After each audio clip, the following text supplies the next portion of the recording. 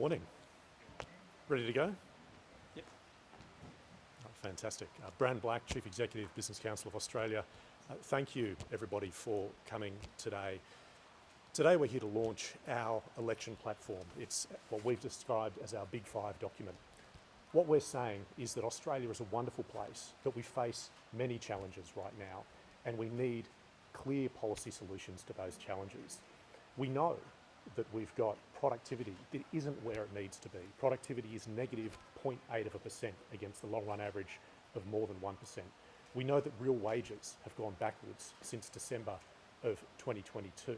We know that we have a housing crisis and that we are experiencing real challenges to deliver on the government's target of 1.2 million homes within 5 years.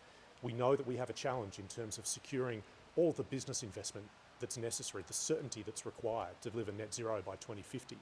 We know that we've got challenges in terms of skills, with 1 in 3 occupations reporting a lack of skills. And of course, we've got the intergenerational challenge of continuing to deliver sustainable healthcare.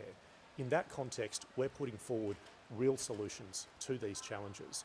We're proposing solutions with respect to savings within government, for deregulation, for how we can go about ensuring we have a proper conversation around our tax mix.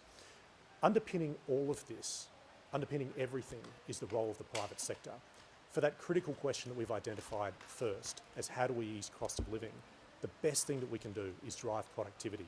Productivity is ultimately the best determinant of real wages growth, and it's real wages growth that underpins our capacity to give people more money at the end of the week, after they've paid their bills, after they've paid their mortgage or their rent, or paid for their kids' school fees.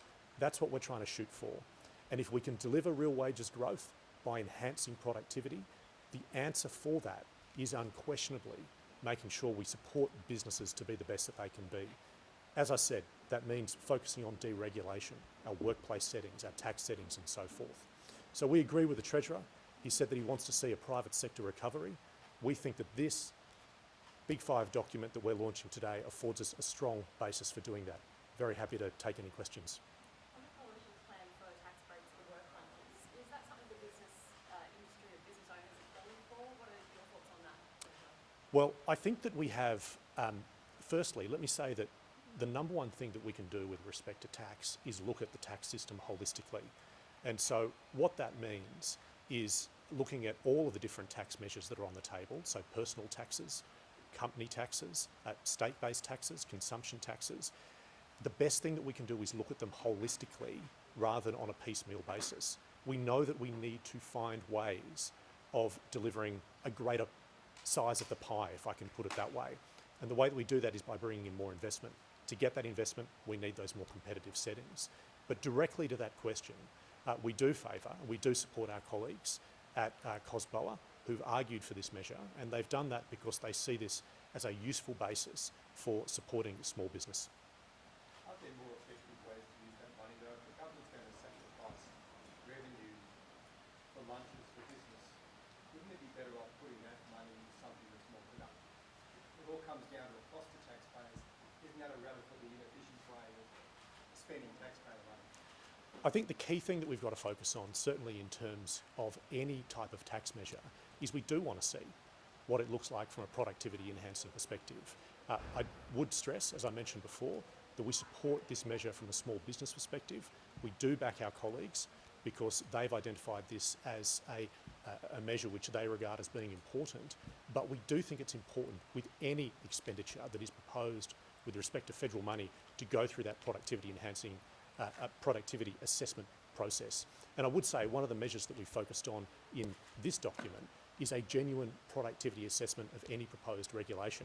We think that's a good basis for any proposed government expenditure. On your calls for a minister for deregulation, the Treasurer was saying that role is already being done by the finance minister doing that job, and he said that he didn't agree with creating another. He thought it was a bit of a strange idea to create another department to reduce complexity in regulation. What do you make of that? Well, I think the key thing about having a minister for deregulation is that you are bringing real focus to the task. You are making it absolutely clear that a focus for the government, or any government, is going to be deregulation.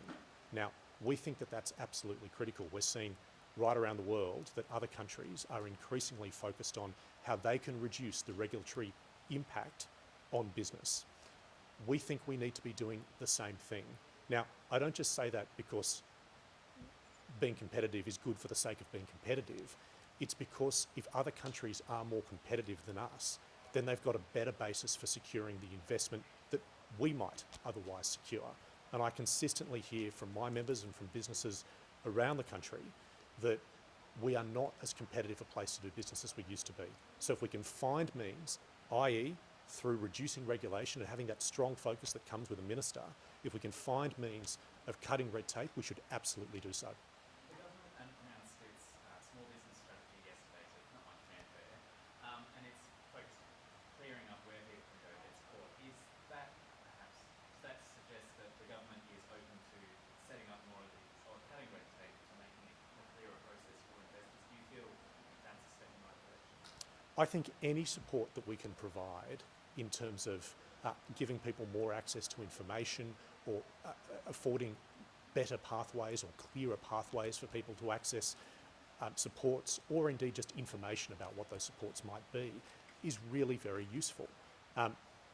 We do think on both sides of politics there is a receptiveness to the points that we're pushing in terms of this importance of deregulation.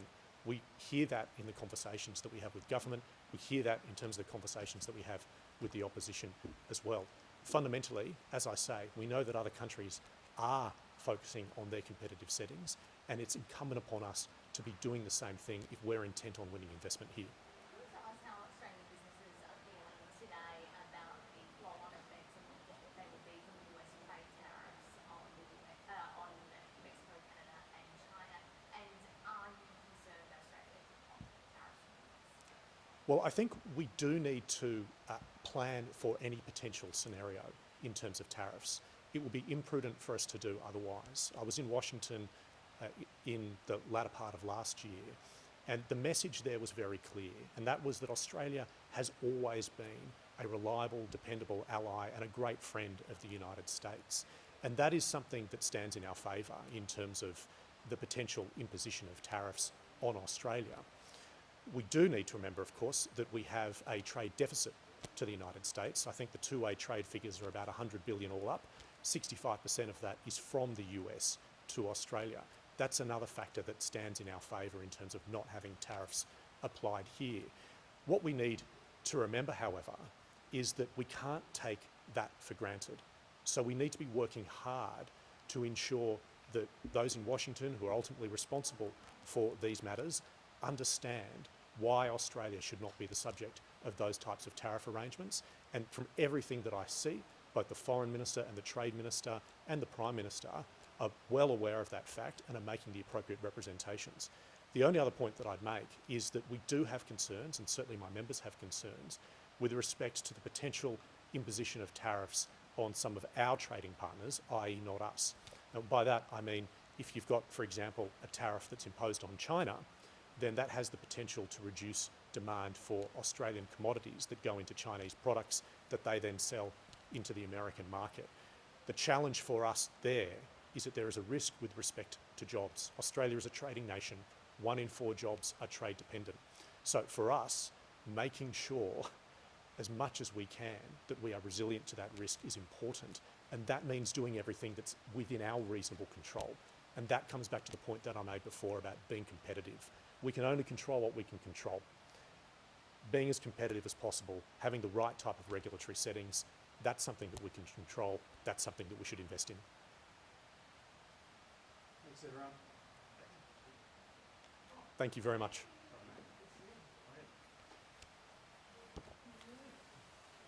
Yeah, Wixie just working around in the background. There's no mask.